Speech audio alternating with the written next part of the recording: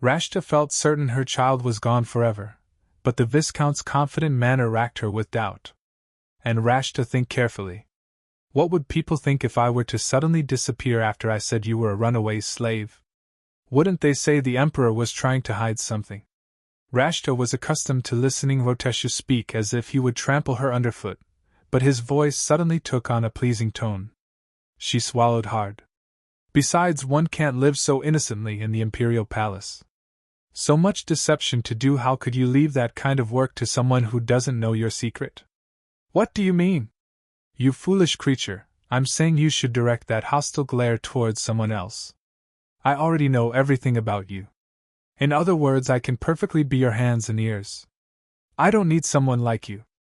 Viscount Roteshu tooted at her. Playing dress-up doesn't make you a lady, Rashta. Perhaps after a time you will be able to shake off the past and be accepted among the nobles, but by then, would you still be a concubine that the Emperor loves? Rashta's eyes trembled. The Emperor says he only loves Rashta. Maybe. Maybe not. Well, how should I say this? You haven't forgotten my son, have you? Rashta bit her lip. The Viscount's son, who had whispered his vows of love to her, began to change as the birth of Rashta's baby approached. He started out persistent and stubborn, but gradually exhausted himself. After the baby died, Rashta had pleaded with him to run away together. Eventually he told her, I love you, but I don't want to change my life for you. You looked like you were stuck in a mire, and I wished to save you from it. But I was wrong. You are the mire, and I can't save you from it. Even any children born between yous will be dragged into that mire, and trapped in it. That miserable day. It wasn't just the baby that Rashta lost. Rashta clenched her fists, and blood began to seep from where her fingernails bit her flesh. Instead of stopping, Viscount Roteshu continued to run his blade-like tongue across Rashta's wounds. The more you are loved by the Emperor, the more other poor, beautiful women will look at your situation and hope. To escape their mire, they'll want to latch on to the Emperor as well. Then what greedy nobles, foreign lords, and anyone interested in political collusion will send all kinds of beautiful women to the Emperor. And many of those women will have education and status. You are not an empress, Rashta. If you lose the Emperor's love, you go back into slavery. If that's the case, it's no use whether you help me or not. No, it's up to you and your ability to remain in his favor, but I can make sure no other concubine will come around or last. How? First you have to let me in. Viscount Roteshu bent slightly at the waist and spoke in a low voice. If you help me and my family come to the center of power, I will play the role as your parent. Your child is my grandchild, and what is good for it is good for me. The words would have sounded tempting to Rashta if it were not for the speaker. How could a man like him accept a slave as his daughter-in-law? Even a passing dog would laugh at them. It was clear that he only wanted to keep her close to him to leech from her. Rashta's expression didn't change and Viscount Roteshu chuckled. You don't believe me? But you'll know at a glance that your child looks like you. Rashta couldn't speak, frozen as if she lost all function of her body. Viscount Roteshu stared at her and stood up with a satisfied smile. Think carefully. I will continue to pretend to be an idiot who can't recognize faces, as His Majesty commanded. The New Year's 3-day celebrations came to an end, and most of the guests returned to their respective homes, save a few who requested to stay longer, including Prince Heinlein. I reviewed and filled out the period of stay for the remaining guests, their secretaries, servants, and knights. When I saw Prince Heinlein's leave date marked undetermined, I smiled reflexively. I remembered he insisted that Queen did not eat raw food. Earlier I had consulted with an ornithologist and asked if there was a bird with such a diet, and recalled what he had said. A bird that doesn't eat raw food? Do you mean it cooks its food? Such a bird would tip the academic world, Your Majesty. Perhaps Prince Heinlein was not feeding Queen properly by mistake. But queens seem to hate bugs. Maybe the person in charge of feeding Queen cut up the caterpillars. No wonder Queen was surprised to see a live one. Next time I would give that to him.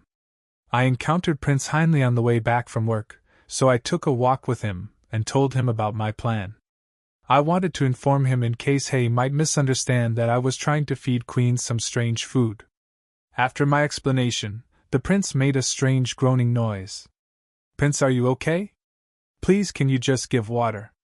An ornithologist, Eastern birds and Western birds have different temperaments. Western birds eat cooked food. Was I supposed to believe that?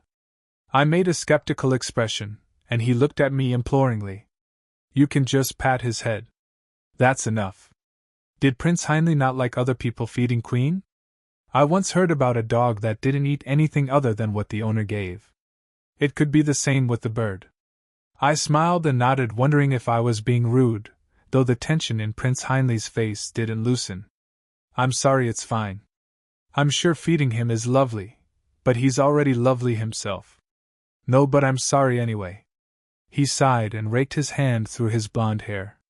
Just there are a lot of constraints. It's the Queen's birthday soon, isn't it?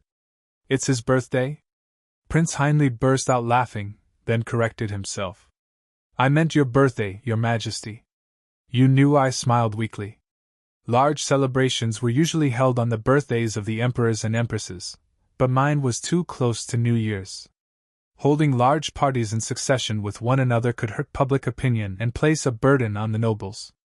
Since my childhood, my birthdays had been a more intimate affair of dinner with family and acquaintances. Prince Heinlein didn't know this, of course. When I smiled awkwardly, he stopped walking and offered his own grin. I know the day, but I still don't know what you would like.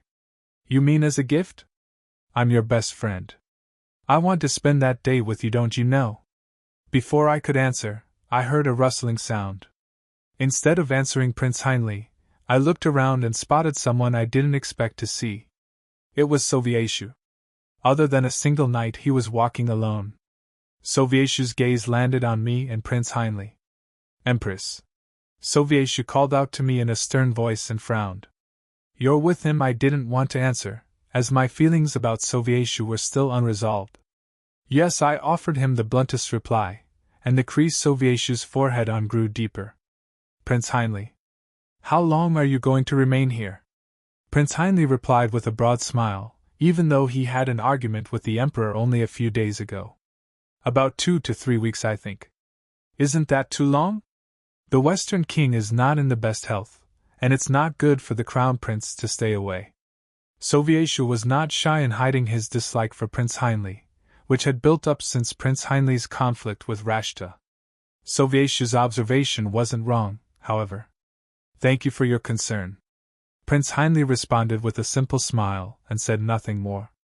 A strained silence reigned over the group. I'll take my leave first, Your Majesty. I quickly said goodbye to Sovietius, as we would only hurt each other's feelings if I stayed any longer. However, Sovietius looked offended and called out to me again. Empress, that look, did he just want to insult me in front of Prince Heinlein? That was my first thought, going by past experience. To my misfortune, or perhaps it was a blessing, he spoke to Prince Heinlein first. I need to talk to the Empress, and I hope that you will go your own way.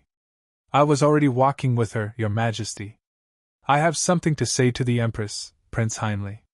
Sovietius cut between me and Prince Heinlein, and he held out his arm for me to take.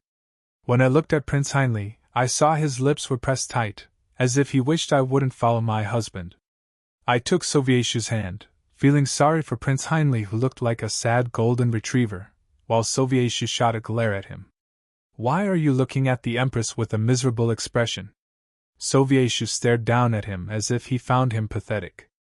The Empress was showing me around, and the Emperor has taken my guide.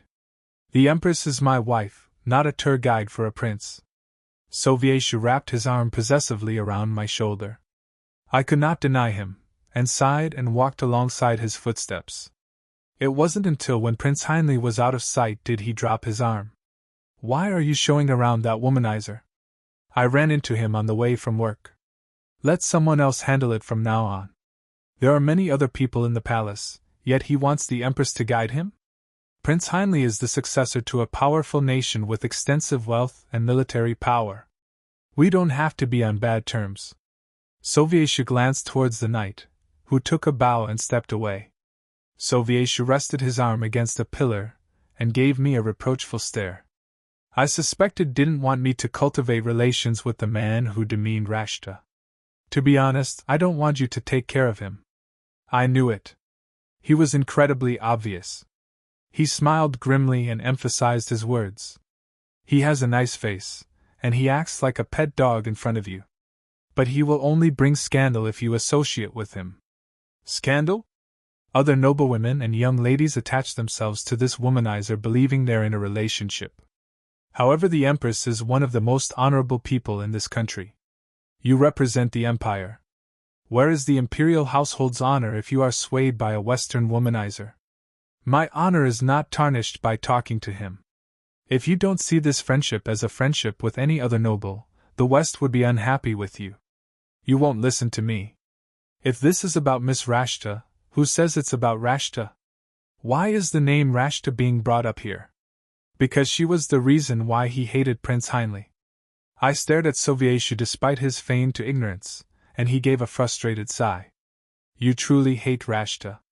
I only said the name because she's the reason why you want to ostracize Prince Heinle. No, you hate her, so you're using her as a shield and everything. I was tired. I didn't want to answer back. I will leave if you continue on like this. About Rashta I took a few steps and stopped. As I turned around, Soviétch cleared his throat, and his voice softened. Before I spoke too harshly to you. What are you talking about? 3 days ago. I shouldn't have blamed you when Viscount Rotesha came. I was upset. I'm sorry, yes. Soviétch awkwardly kept staring at the ground instead of me. He loses his temper when it comes to Rashta, but he comes back to his senses in about 3 days. I should remember that next time something with Rashta happened again. I gave a mechanical smile, nodded, and turned around again. Empress, but Soviétch called out to me once more. I turned back, and he approached me hesitantly. It will be your birthday soon. We've been estranged from each other lately. Perhaps we can go to the villa to reconcile. What do you think? To be honest, I was skeptical whether the strain between us could be relieved so quickly, but a rejection would only worsen our relationship. I knew the rational answer was yes. An inharmonious relationship between the Emperor and Empress would reveal weakness to our enemies, and even if Soviétch loved another woman, it was my duty to show everyone that I was on good terms with him. Empress. However, the answer lodged itself in my throat. My pride was bruised. It was hard to not be affected by strong emotions when my husband loved another woman and took her as his concubine.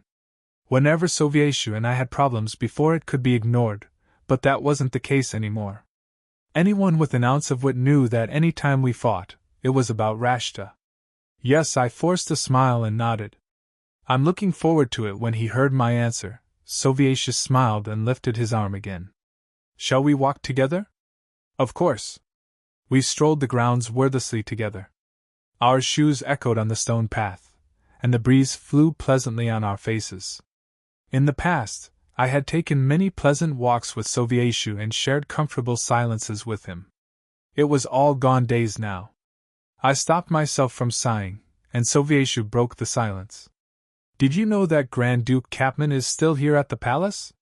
Yes, I had looked over the relevant documents, of course. But why did he bring up Grand Duke Capman all of a sudden? I looked up, and Soviétch explained.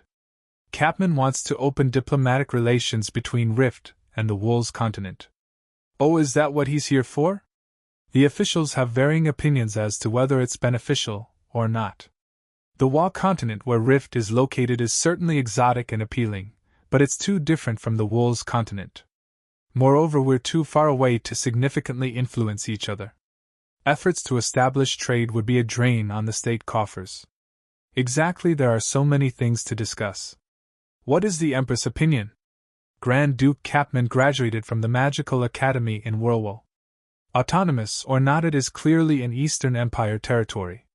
It may be too dissimilar in culture, but the Grand Duke has spent many years in this empire, and must have given thought to it more than anyone else. The Eastern Empire is in a relatively good position to open diplomatic relations, so there is no reason to miss this opportunity. Soviétch frequently consulted me on various issues, and I naturally replied. He nodded in agreement. Instead of commenting on my answer, however, he slightly shifted topics. Have you ever had a private conversation with Grand Duke Capman? Grand Duke Capman. He criticized me for not dealing with Rashta properly. Should that be called a conversation? Only briefly, all right, I'll call it a conversation. Sovieshu spoke again. Capman said if we were to open diplomatic relations with Rift, he would like the Empress to be involved. Grand Duke Capman? Sovieshu seemed to wonder what kind of words Capman and I shared, but I did as well. Why did Capman criticize me? He said he wants you in the next meeting. After a conversation that started with my birthday and ended with Capman, Sovieshu returned to the Eastern Palace, while I strolled around more by myself. However, thoughts of Capman and my birthday felt distant. Frankly, I was skeptical. Would Rashta, the one who wanted to attend a special banquet for only 20 people, passively let me and Sovieshu leave for the villa alone? Well, there was a high probability that there would be 3 of us there instead of 2, and I would be completely stressed out. I sighed as I approached a fountain, when I spotted Prince Heinle. I halted in surprise. He was exactly at the place I left him. I thought he would have gone for a walk or gone back to his quarters, so what was he still doing here? Queen, had Prince Heinle sensed my feelings? He turned his head and smiled. Why haven't you gone yet? I approached him where he was sitting by the fountain and splashing the water with one hand. Can I tell you the truth? He pulled his hand out of the water and smiled softly. I was waiting for you to come back. When one gets lost, one should remain where they are. You don't know the way? Not intuitively. I pulled out a handkerchief and offered it to him with a smile. He took it and dried his hand, then tucked the handkerchief away. My handkerchief. He gave a chuckle as I reached out my hand in embarrassment. Don't worry, I'll give it back to you after I wash it. It's fine, but this way we can see each other again, right? He gave an easy smile, and I nodded at his playful tone. At the same time, I remembered what he said a few hours ago. Prince Heinle about my birthday. He said he was here for my birthday, though I didn't think that was entirely true. He did seem to want to spend time with me, and I felt sorry and wanted his understanding. I don't think we can spend time and have a meal together. We can't, the Emperor wants to go to the royal villa. Just him and me. His lips parted and he blinked dazedly, until he murmured, yes, I see, I'm sorry. No, it's your birthday, and you needn't feel sorry for me. Please don't be sorry.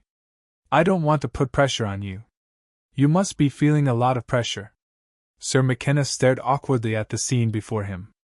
Spread before him were various jeweled rings, prized possessions associated with various legends.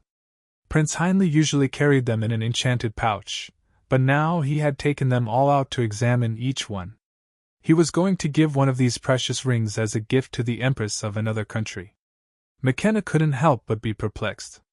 Why are you giving a ring all of a sudden, birthday Empress Navier? How do you know that again?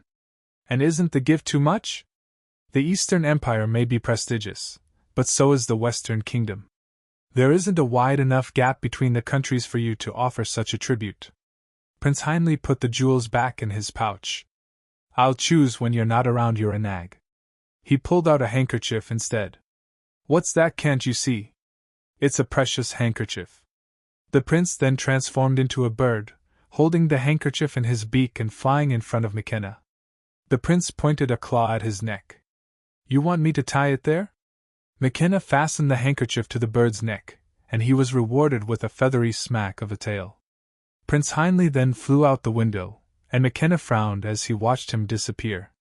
The handkerchief appeared to have been embroidered with the letter N. Is Prince Heinle's letter acquaintance Empress Navier? After parting from Prince Heinle, I stopped by the library and researched all I could on the country of Rift and the Wa continent. Although Grand Duke Capman had described the travelogue as a delusional account, it was still the most well-known book on the country. I don't know why the Grand Duke requested my presence at that next meeting, but I wanted to broaden my knowledge on the Rift culture as much as possible.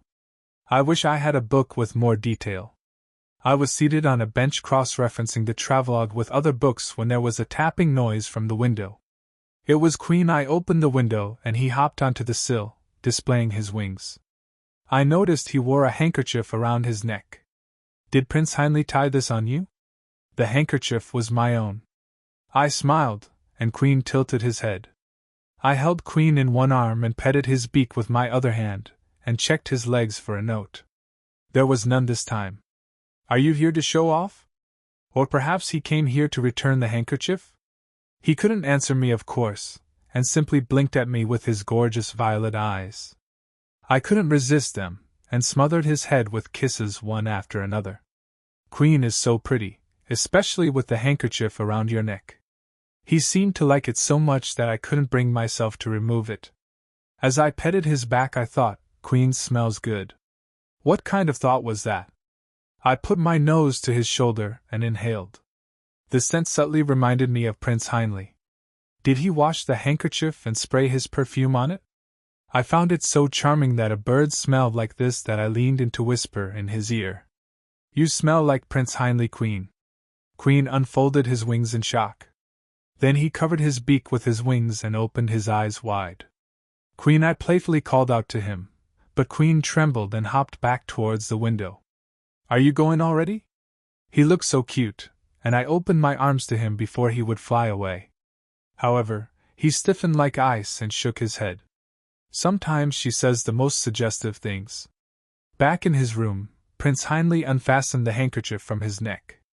His face was still burning. My scent. Heinlein sniffed the handkerchief. He had sprayed it with his favorite perfume after he wished it. She recognized his favorite scene right away? Heinlein crouched to the ground, his cheeks flushed. The Empress whispered words were for Queen, but he still felt his heart pound as he remembered the way her breath tickled his ear. Unfortunately, it was McKenna who ruined that embarrassing and exciting feeling. Why are you naked, sorry? Heinlein glared at McKenna, his secretary, his knight, his cousin, and even his friend. You'll get sick, cover yourself up. McKenna went to the closet and pulled out a comfortable outfit, while Heinlein stood up, clicking his tongue and holding out his hand. Instead of handing the clothes over, however, McKenna had a few questions to ask first. Your Highness, the person you went to see with the handkerchief. Was it the Empress of the Eastern Empire? Give me the clothes. McKenna handed over the items, and Heinlein accepted them with a look that said, Why would you ask me that? McKenna kept staring questioningly, however, but Heinlein offered only a vague reply. Well, he dressed, then went outside the palace. He took a pathway that would allow the evening breeze to cool his heated face. McKenna was persistent, however, and stuck by his side. Your Highness, you have to be honest. Was your letter acquaintance Empress Navier? McKenna ignored Prince Heinlein's initial defiance. Does it matter? Just keep your mouth shut. I'm recounting a good memory and you keep interrupting. Is memory important when reality is right in front of you? How can I not care, Prince? Is your letter acquaintance someone you can love? I'm in favor of you in a serious romantic relationship. However, if your partner is the Empress of a powerful country, it's a different story. You should never be involved in the empresses of other countries, powerful or not. Do you want to become politically entangled with the Eastern Empire? McKenna's eyes were moist in genuine worry. Prince Heinlein and Empress Navier had a dead-end relationship. Even if Emperor Sovaishu had his heart set on Rashta, no country would ever remove the sitting empress and place a runaway slave-turned-concubine in her position. The empress could not initiate a divorce from her husband either. And even if Emperor Sovaishu deposed Empress Navier, there was no way she would remarry a prince from another country. It's not like that. And you're exaggerating. Really, can I trust you? Why won't you answer? McKenna paused, then asked more carefully. I haven't asked the most important thing yet. Do you two have mutual feelings for each other? Heinlein hesitated, then he held up his hand, his eyes looking elsewhere. His expression was the same, but the mood had changed. McKenna stopped his interrogation and looked in the same direction as Prince Heinlein. A woman with a light purple parasol was walking towards them on the white stone pathway. It was Rashta, Emperor Sovaishu's concubine. McKenna quieted his mouth. The emperor's lover and rising star of society had completely sank in a matter of days. McKenna wasn't sure about the other residences, but many of the guests in the southern palace sneered at Rashta for covering up the fact she was a runaway slave. After Viscount Rotesh's claim spread, Rashta went around attempting to correct the gossip, but no one believed her. Perhaps that was why the once shining Rashta was now in a depressed mood. McKenna looked at Prince Heinleigh. The prince already had stirred trouble with Rashta, and he was quite outspoken once he started talking. Whether it was a blessing or misfortune, though, Prince Heinleigh walked past Rashta as if he didn't notice her, and McKenna was relieved and quick to follow. However, it was Rashta who called out. "Your Highness," McKenna huffed and pushed at the small of Prince Heinleigh's back. However, Prince Heinleigh turned with a frown, and Rashta approached them. "Why did you call me?" Prince Heinleigh turned to Rashta sternly, and her eyes drooped. She looked miserable. "Don't you have anything to say to me?"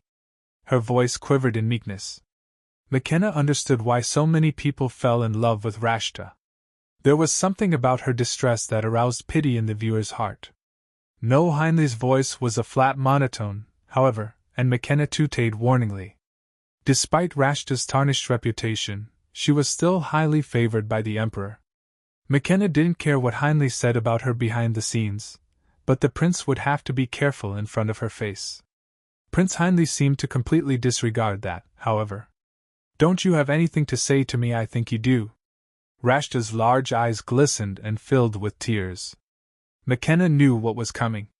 Prince Heinleigh could appear light and casual, but at the drop of a hat he could become cold and frightening. Prince Heinleigh's frigid gaze intensified, and Rashta, who seemed intimidated, started to cry. "You are a wonderful man." McKenna didn't expect those words to leave her mouth. Rashta gazed at Prince Heinleigh with her dark eyes, not a trace of fear on her expression. On the contrary, she looked deeply moved. Who reacted to a cold attitude like that? McKenna's eyebrows twisted in disbelief at her unusual behavior, and Prince Heinleigh, too, frowned in surprise. Rashta gave a sheepish smile as she wiped her eyes with one hand. "I'm sorry." "You must be embarrassed by Rashta's sudden crying." After the rumor spread, people began to treat Rashta horribly. They used to be sweet, but now they laugh and mock Rashta. She finished dabbing her tears with her sleeve, but as soon as she lowered her arm she choked up again. "But Prince Heinleigh is the only one who treats Rashta the same way. Of course we're not on good terms, but Rashta was just touched." The urge to protect her strengthened even more when she was crying.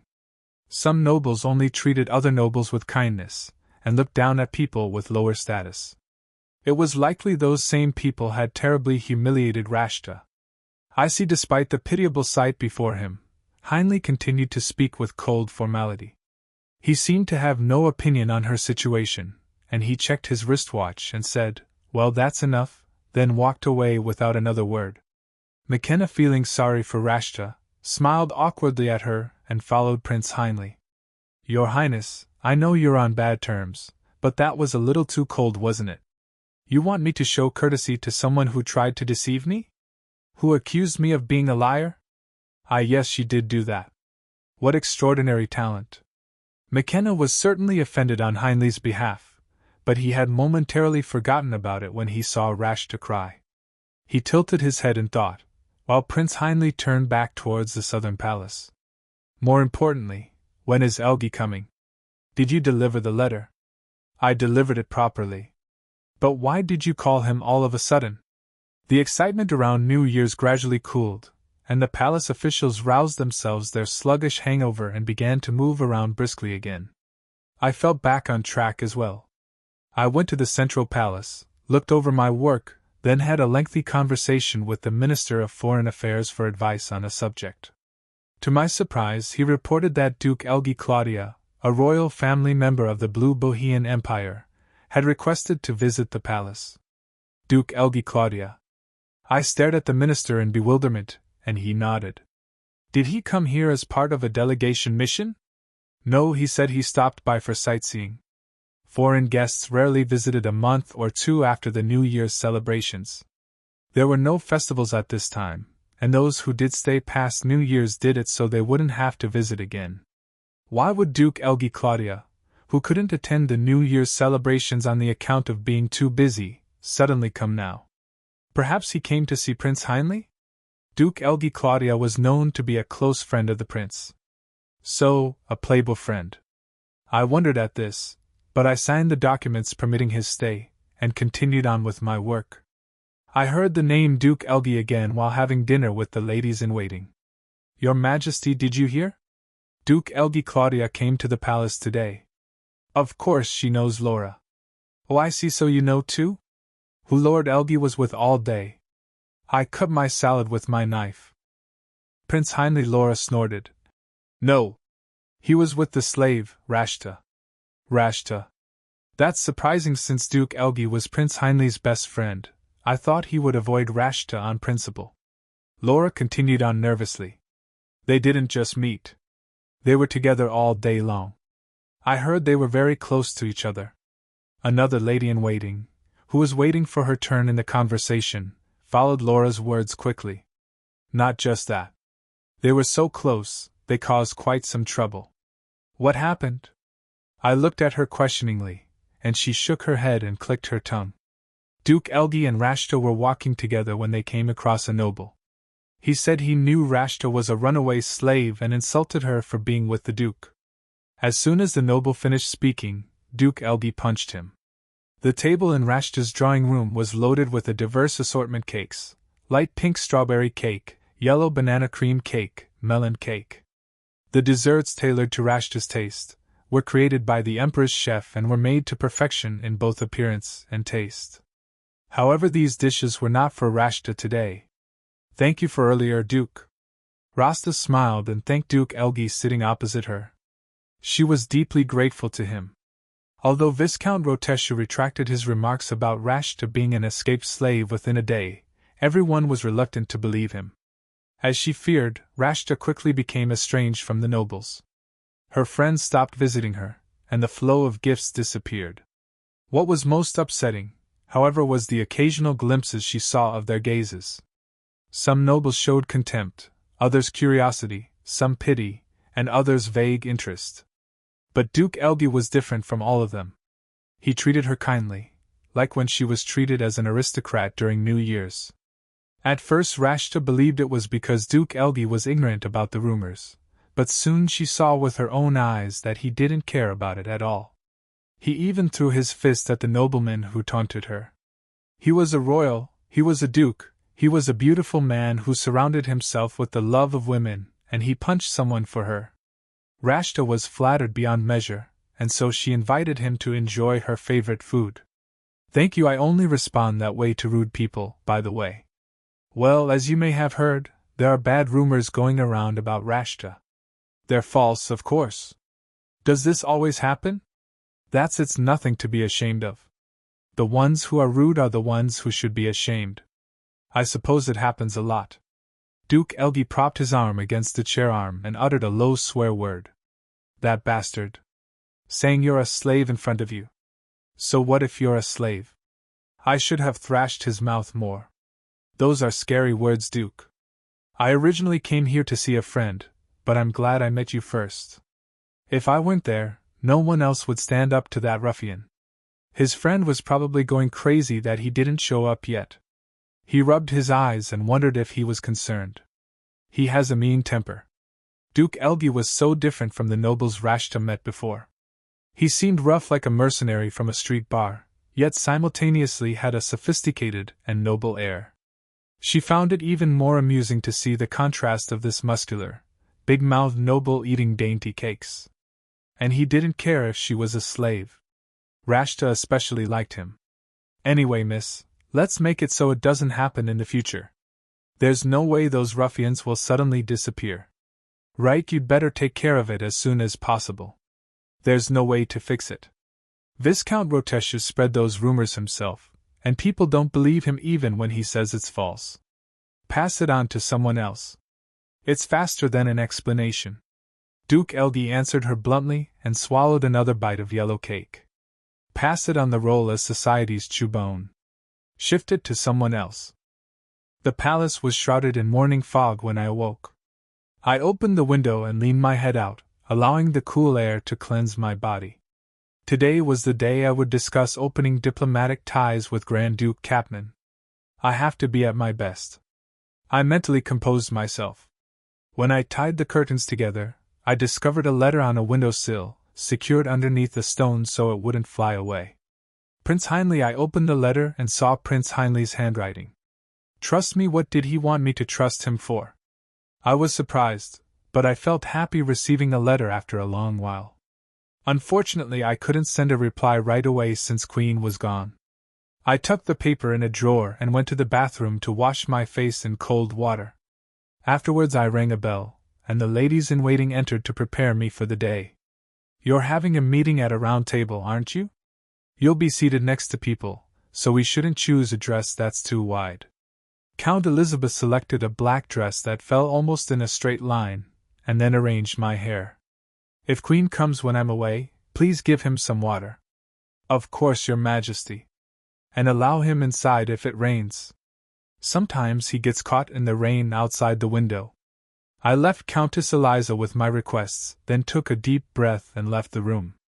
I believed I could face this. The meeting convened at 10 a.m. It was a relatively small assembly. Present were the finance minister, the foreign minister, important officials from each department, Grand Duke Kapman, Sovieshu and myself. The topic was the opening of diplomatic relations with Rift, and the benefits, losses, and feasibility. There were a total of 8 continents in the world, with little exchange between them. The Wool's continent, where the Eastern Empire is located, and the Wa continent, where Rift was located, were relatively close compared to other continents, but even so, it was still a long distance. It would take time to generate profits from private trade, and quick communication was essential in state-led transactions. Given the situation, it was difficult to reach a conclusion. However, why does Sovieshu look like he's in a foul mood? He glowered through the discussions. He was supposed to lead the meeting, but he made it difficult to offer free opinions, and the officials kept looking at him. Is it because of what happened between Duke Elgi and Rashta? He shouldn't bring that with him to work. I lifted my head from the map and swallowed my sigh, when I encountered Grand Duke Kapman's gaze. His expression was neutral, neither antagonistic nor favorable. When our eyes met, he nodded and I nodded in return. The meeting crawled slowly, and by the end of it I was in charge of the matter at Grand Duke Kapman's recommendation. His reasons were incomprehensible, considering his attitude towards me at New Year's Day.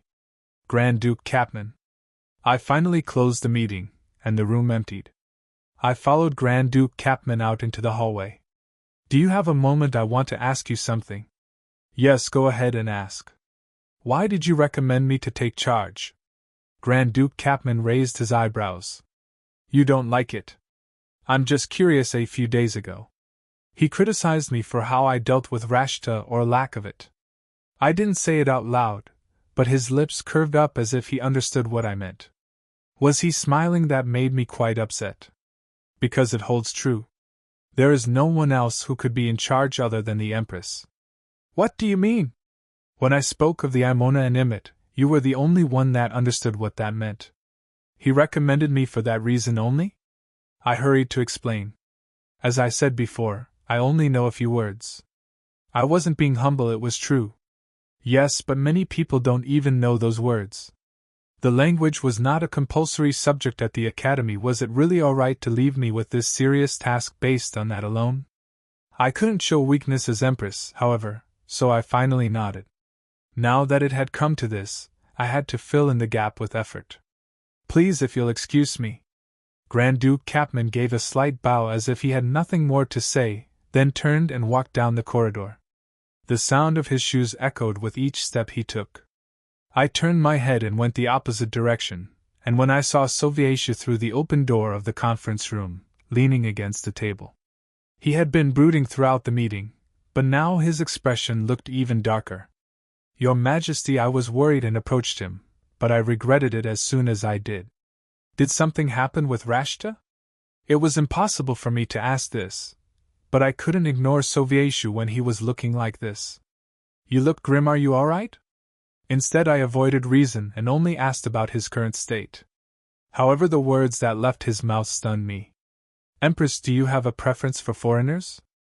Did I have a preference for foreigners? What on earth was he talking about? I threw him a reproachful look. It was hard to understand what he meant. Was this because I spoke to Grand Duke Kapman? I won't stop the empress from paying attention to other men, but I hoped they would not be foreigners. As I suspected, I was about to say I couldn't refuse Grand Duke Capman, but then I changed my words. It's not something you need to concern yourself with. I kept getting involved in strange misunderstandings, especially with Prince Heinrich, but it was Soviétchu who brought in a concubine first. It was unlikely I would bring in my own lover as retaliation, but in any case, Soviétchu shouldn't criticize me in what I do. In my view, that was fair. Soviétchu, however, he seemed to have different ideas. How can I not care? Are you not my wife? I wanted to retort, did you consult me before taking in Miss Rashta? But I knew he would say I brought her up again because I was jealous. Soviétchu exhaled in a dignified manner. Do you like Lord Capman? To the point that he makes you sigh?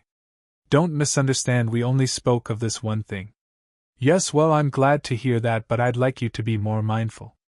After that was another meeting with the finance minister and treasury officials on the annual state budget, which included the salary of the court officials, royal guards, as well as the budget for various events. The tax revenues are about the same as last year. While the system is expected to be unchanged, we don't know the costs. We can use last year's budget plan. All right, overall there is no national conflict expected, so we can set it similar to last year's. So far everything had gone smoothly. Complications arose, however, when it came to Rashta. The emperor usually gave his concubines a considerable, though unfixed, amount of money each year. Because there was no standard and each emperor paid different amounts, it was difficult to reference to previous cases. Do you have a separate account book for Miss Rashta? It should be easy enough to calculate. The books did not come to the treasury. Since there is no money assigned yet, it should be listed under your account. The emperor is providing for her now. Is that so? I didn't think Soviétchu was going to give me the account books somehow. What if we use Countess Malti as an example here, Your Majesty? She was a commoner before she became a concubine early in the emperor's rule. Prices have gone up since then, so I don't think they're comparable. We still have to use some precedent. Once the amount is set, it will be hard to lower it, but if there is a new concubine, sorry. It's fine, you're right, we should be sure. The meeting went on longer than I thought, and when I left the room with the finance minister, the air was already cold. The sun was still out, but the sky was not that bright. I missed lunchtime. My meeting with Grand Duke Capman went from morning until afternoon, and from the afternoon onward I missed my meal when I met with the finance minister. When I realized I hadn't eaten, I suddenly felt hungry and hastened my stride.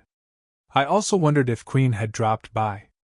I hurried along, and at the fork leading to the eastern and western palaces, I saw the hem of a green skirt peeking from the bushes. Sir Artina, who was following me, frowned. Who is that? I don't know, I answered with a shake of my head. As if I was heard, the owner of the protruding skirt stepped away from the bushes, revealing it to be Viscountess Verdi. Your Majesty. When our eyes met, she broke away and her eyes darted around. After making sure no one else was here, she urgently beckoned at me. However, I didn't approach and Sir Artina rebuked her. Rude Viscountess Verdi shook her head vigorously. Desperation flickered on her face, then she looked around again and came up to me. I have something urgent to say. I may not be your lady-in-waiting anymore, but I can't rest easy until I tell you this. Her lips trembled. I prevented Sir Artina from admonishing her again and signaled Viscountess Verdi to continue speaking. The Viscountess pressed her hands together. I think Viscount Rotesha knows something about Miss Rashta weakness. Weakness, I couldn't hear the details, but I think she... The sound of something snapping interrupted her. I turned towards the direction of the noise, but Viscountess Verdi had disappeared into the bushes again. What was that all of a sudden? I looked where Mrs. Verdi had stood, then saw someone else approaching me again. It was Rashta, Your Majesty. She looked thinner than before and had dark bags under her eyes. She greeted me with a short bow and spoke in a feeble voice. Who was there just now? I shook my head, and she peered closely at the bushes where Viscountess Verdi had disappeared. I didn't know if she spotted the Viscountess or not, but it was clear she suspected someone had been there. Rashta sighed. Instead of asking more about the disappeared person, She looked back at me gloomily. Well, Your Majesty, is it alright if Rashta asks you something? Go ahead, it's about the Duchess Tania. And that's a wrap for today's story. I hope you enjoyed it as much as I did creating it. I'd love to know your thoughts. Did you like the plot? Was there a twist that surprised you? Drop your comments below if you liked this video. Please hit that thumbs up, and if you want to see more amazing stories like this, don't forget to subscribe and ring the notification bell so you never miss an update. Your support means the world to me. Thanks so much for watching, and I can't wait to share more with you next time.